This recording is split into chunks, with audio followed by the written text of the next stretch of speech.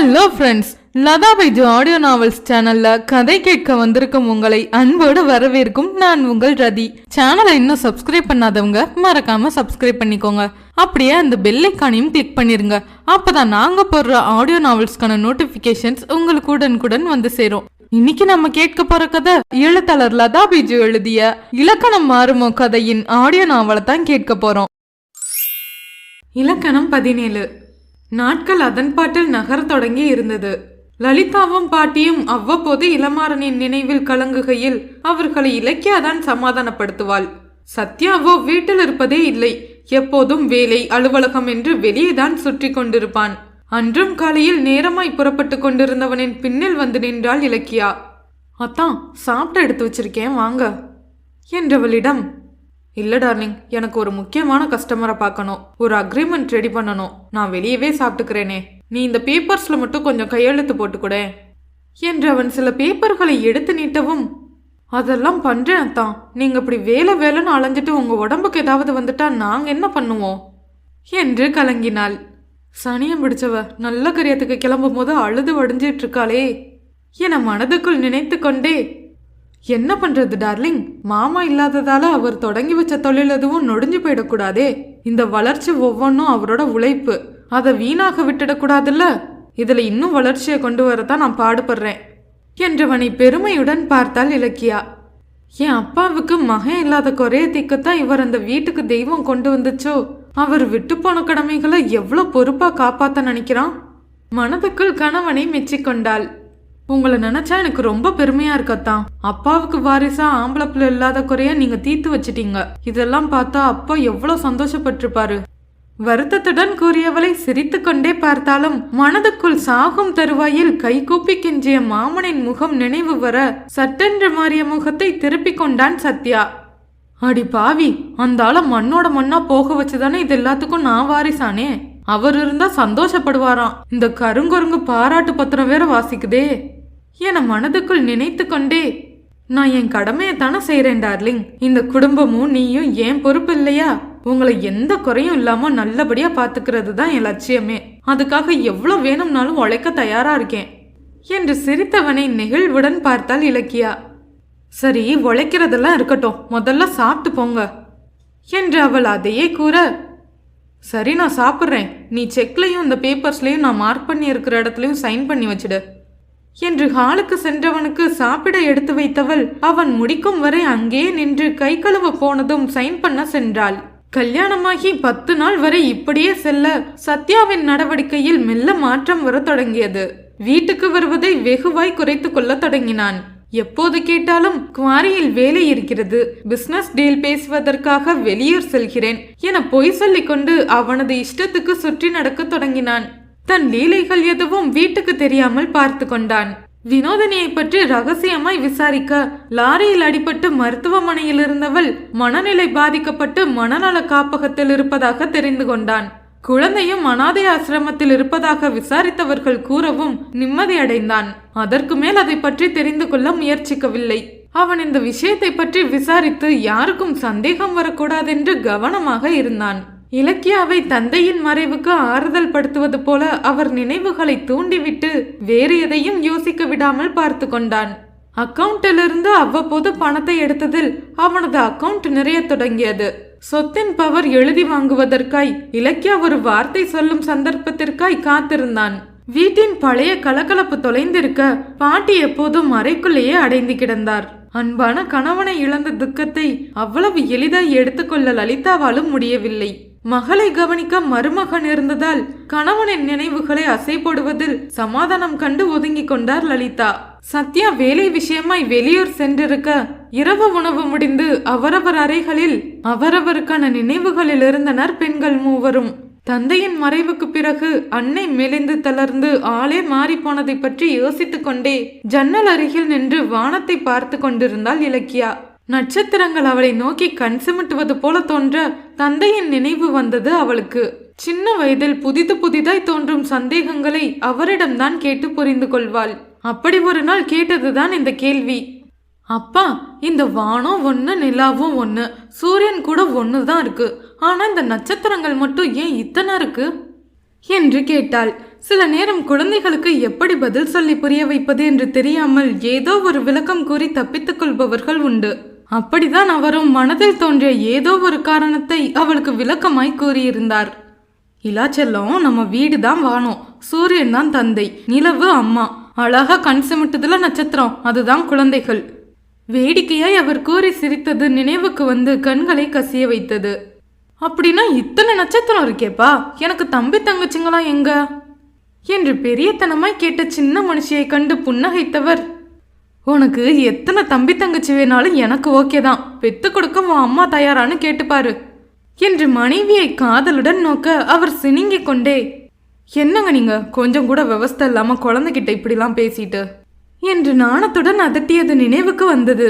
தன் அன்னைக்கு அவரது பிரிவு எத்தனை வேதனையை கொடுக்கும் என வருத்தத்துடன் நினைத்து கொண்டாள். அவங்கள மாதிரியே அந்யோன்யமா நானும் என் அத்தானும் இருக்கணும், அத்தானை புரிஞ்சு நடந்துக்கணும். யோசித்தவளுக்கு வெட்கமாய் வந்தது. பாவையும் அத்தான், நான் எப்பவும் அப்பாவே நினைச்சிட்டு இருக்கதால என்னை தொந்தரவு செய்யாம ஒதுங்கி இருக்காரு. கல்யாணமாகி என்ன கட்டிக்கிட்டு கொஞ்ச நேரம் இல்லாம தொழிலையே கட்டிட்டு கிடக்குறாரு. அவருக்காகவாச்சும் அந்த துயரத்துல இருந்து நான் தேறித்தான் ஆகணும் நினைத்து கொண்டவளுக்கு சற்றென்று நட்புகளின் நினைவு வந்தது. கல்யாணம் முடிந்த 2 முறை மட்டுமே வீணாவுடன் பேசியிருந்தாள். கல்யாணத்துக்கு பிறகு விக்ரமுக்கு 2 முறை அலைபேசியில் முயற்சித்தும் அவனை கிடைக்கவே இல்லை. வினோத்தை அழைத்து விக்ரமை பற்றி கேட்க அவன் போலீஸ் வேலைக்கு முயற்சித்துக் கொண்டிருப்பதால் எங்கோ வெளியூர் சென்றிருப்பதாக கூறியிருந்தான். கல்யாணத்துக்கு வந்து விஷ் கூட பண்ணாமல் போனது ஏன் என்ற இவளது கேள்விக்கும் அவனிடம் ஏதோ மழுப்பலான பதிலே வந்தது.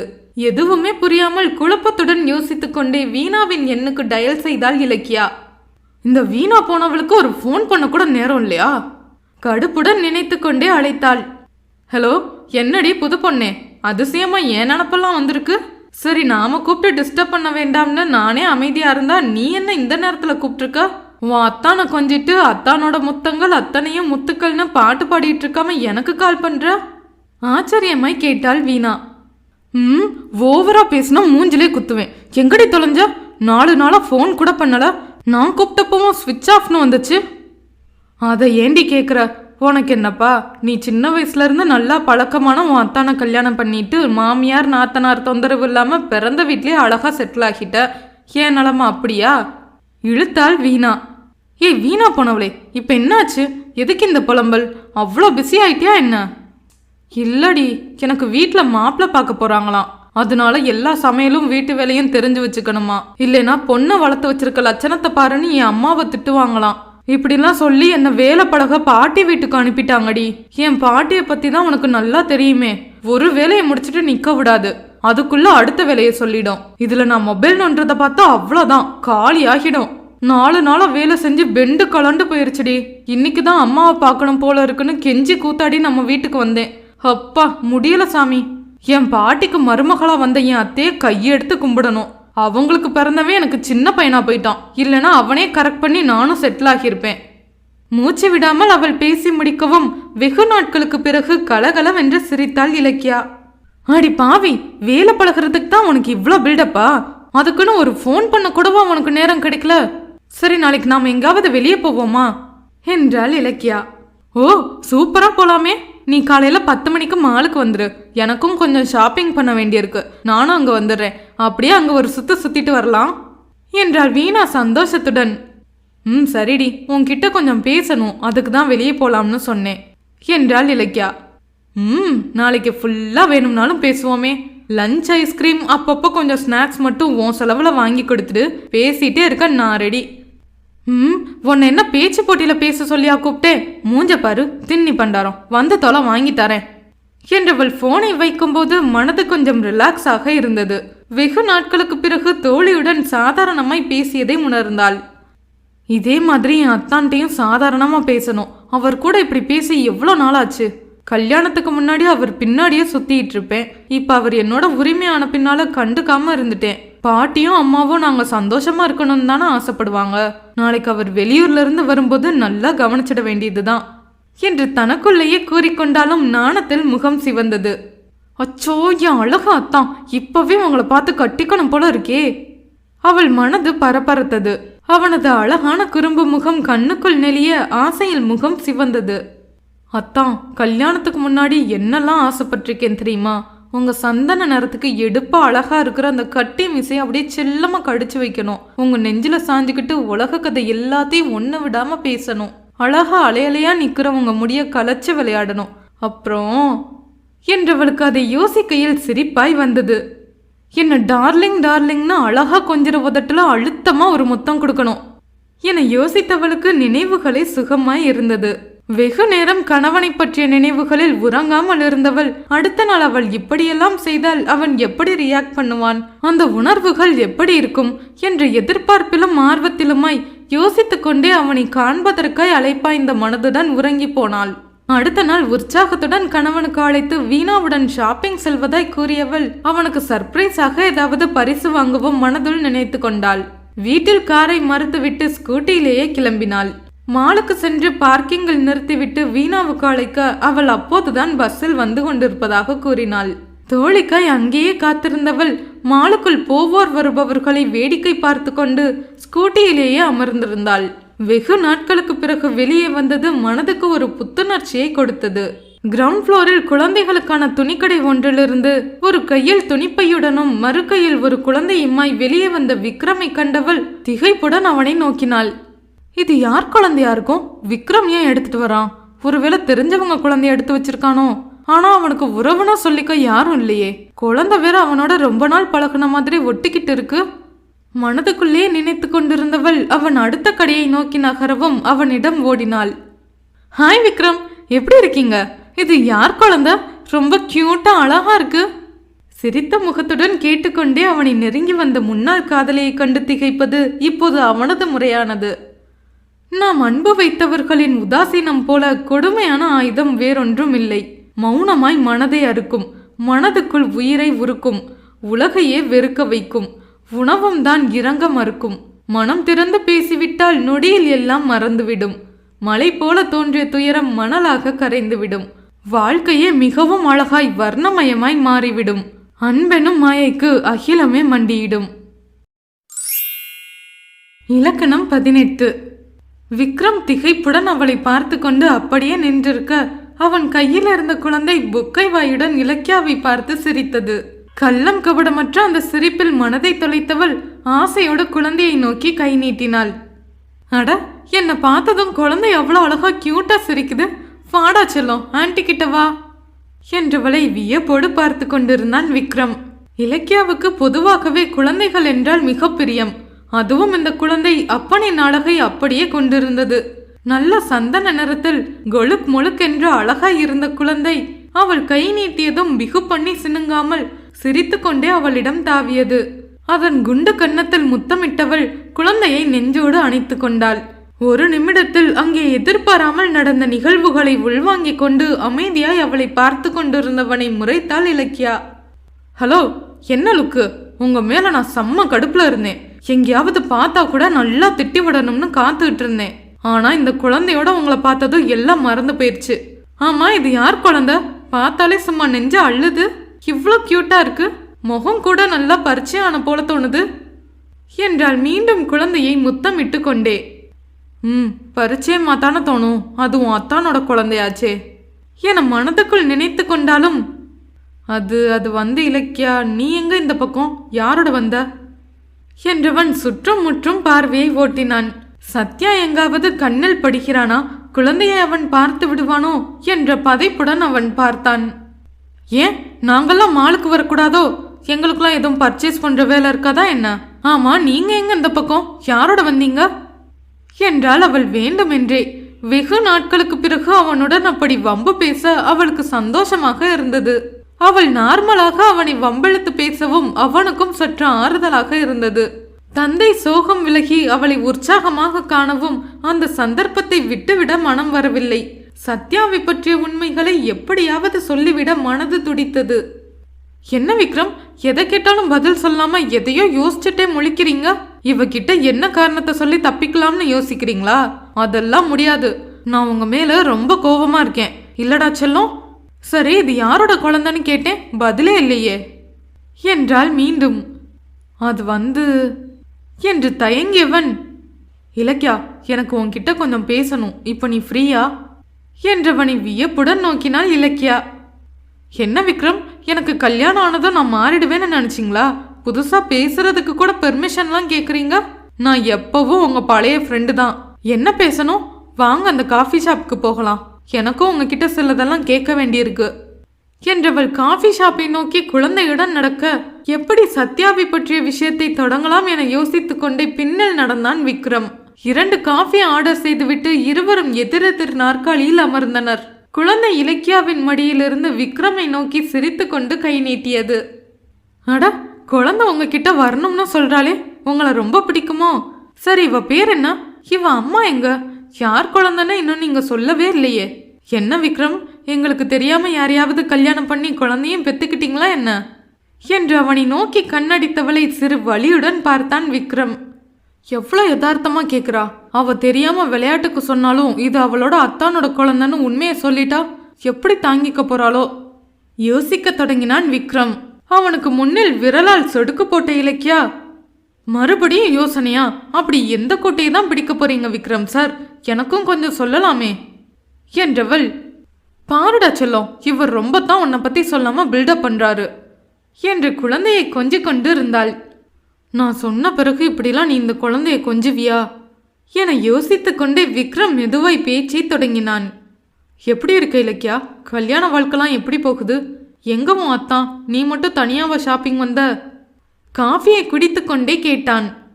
அந்த வீணா போனவளும் வர்றேன்னு சொன்னா, இப்பதான் வந்துட்டு இருக்கா. அப்பா தவறின பின்னாடி எங்கேயுமே போறதில்ல. மனசு ஒரு மாதிரி இருந்துச்சு, அதான் கொஞ்சம் ரிலாக்ஸ் பண்ணிக்கலாம்னு வெளியே போகலாம்னு சொல்லி வர சொன்னேன். இப்ப வந்துருவா.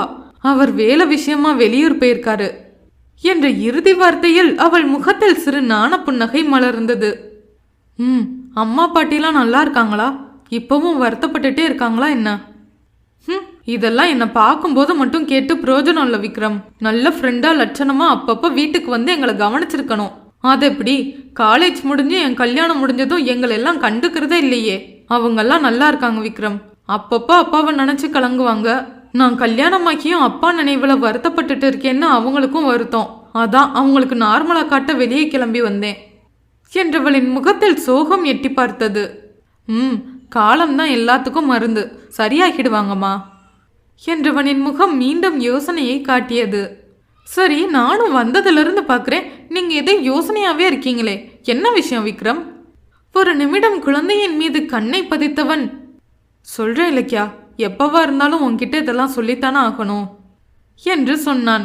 அப்போது இலக்கியாவின் அலைபேசிக்கு வீணா அழைக்க அவளையும் காஃபி ஷாப்புக்கு வருமாறு கூறி விட்டு வைத்தாள் இலக்கியா. என்ன பீடிகெல்லாம் பலமா இருக்கு, சார் வேற போலீஸ் ஆபீசராக போறீங்கன்னு கேள்விப்பட்டேன். சரி, கால் பண்ணி ஒரு விஷ் பண்ணலாம்னு பார்த்தா எப்பவும் உங்க நம்பர் ஸ்விட்ச் ஆஃப். சுத்தமா என்ன மறந்தே போயிட்டீங்களா என்று கேட்டாள். உன்னை ஒரு நிமிடம் கூட மறக்க முடியாது பெண்ணே. உன் இப்போதைய நிலையை நீ அறியவில்லை. சிங்கத்தின் வாயில் சிக்கிய சிறுமானாய் நீ இருப்பதை அறிந்தவன் நான். உன்னை காப்பாற்றும் முயற்சியில்தான் ஒவ்வொரு நிமிடமும் துடித்திருக்கிறேன். மனதுக்குள் யோசித்தவனை கண்டு தலையில் அடித்து கொண்டாள் இலக்கியா. உங்களுக்கு என்னமோ ஆகி போச்சு விக்ரம், நீங்க பழைய மாதிரி இல்ல, எப்ப பார்த்தாலும் ஏதோ யோசிச்சுட்டே இருக்கீங்க என்றவள் மடியில் இருந்த குழந்தை சினுங்கவும், என்னடா செல்லம் பசிக்குதா என கேட்டுக்கொண்டே அவளது காஃபியை ஊதி லேசாய் குழந்தையின் வாயில் வைத்தாள். அதுவும் புது சுவையை சப்பிக்கொண்டு மீண்டும் அமைதியானது.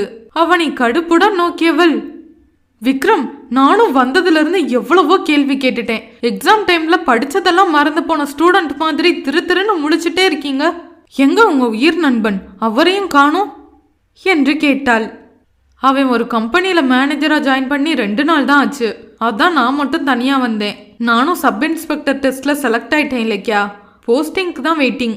ஆர்டர் எப்போ வரும்னு தெரியல. அவன் சொல்லிக் கொண்டிருக்கும் போதே முகமெல்லாம் பல்லாக அவர்களை நோக்கி கையசைத்து கொண்டு அங்கு வந்தாள் வீணா.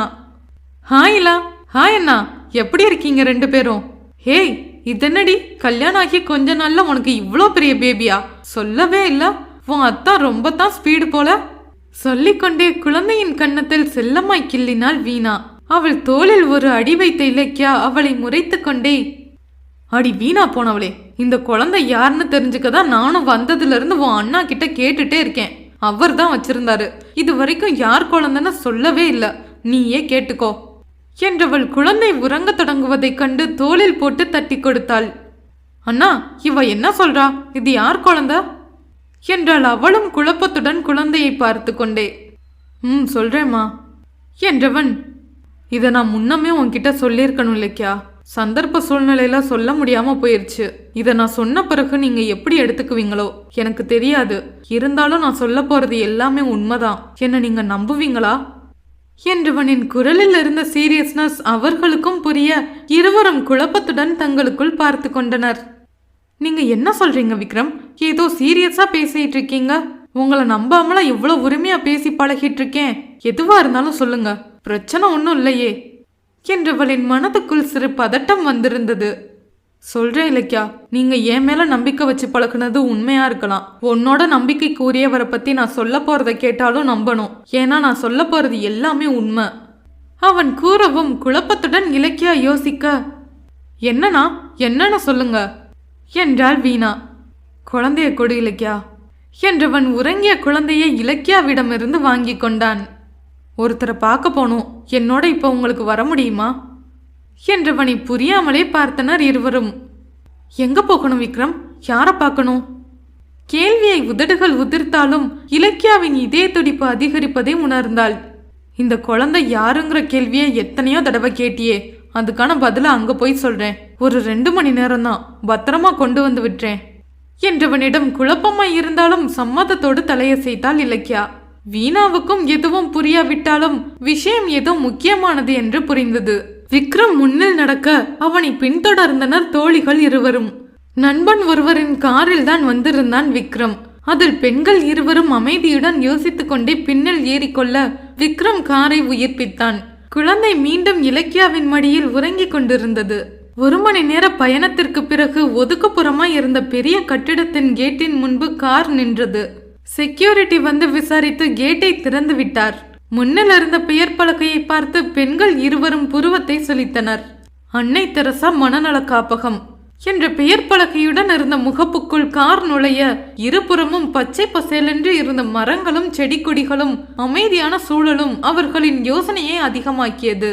காரை கட்டிடத்தின் முன்பு பார்க்கிங்கில் நிறுத்தியவன் அவர்களை இறங்க சொல்லவும் குழந்தையுடன் இறங்கிக் கொண்டனர். ரிசப்ஷனில் ஏதோ கேட்டுவிட்டு அவர்களை அழைத்து கொண்டு முதல் தளத்துக்கான படிகளில் ஏறிய விக்ரமை பின்தொடர்ந்தனர் இருவரும். வார்டில் இருந்த நர்ஸ் ஒருவரிடம் அவன் எதையோ சொல்லவும் அவர் ஒரு அறைக்கு அழைத்து சென்றார். இப்ப கொஞ்சம் நார்மலா தான் இருக்காங்க, போய் பாருங்க என்று அந்த பெண் நகரவும் விக்ரமின் பின்னால் தயக்கத்துடனே நுழைந்தனர் பெண்கள் இருவரும்.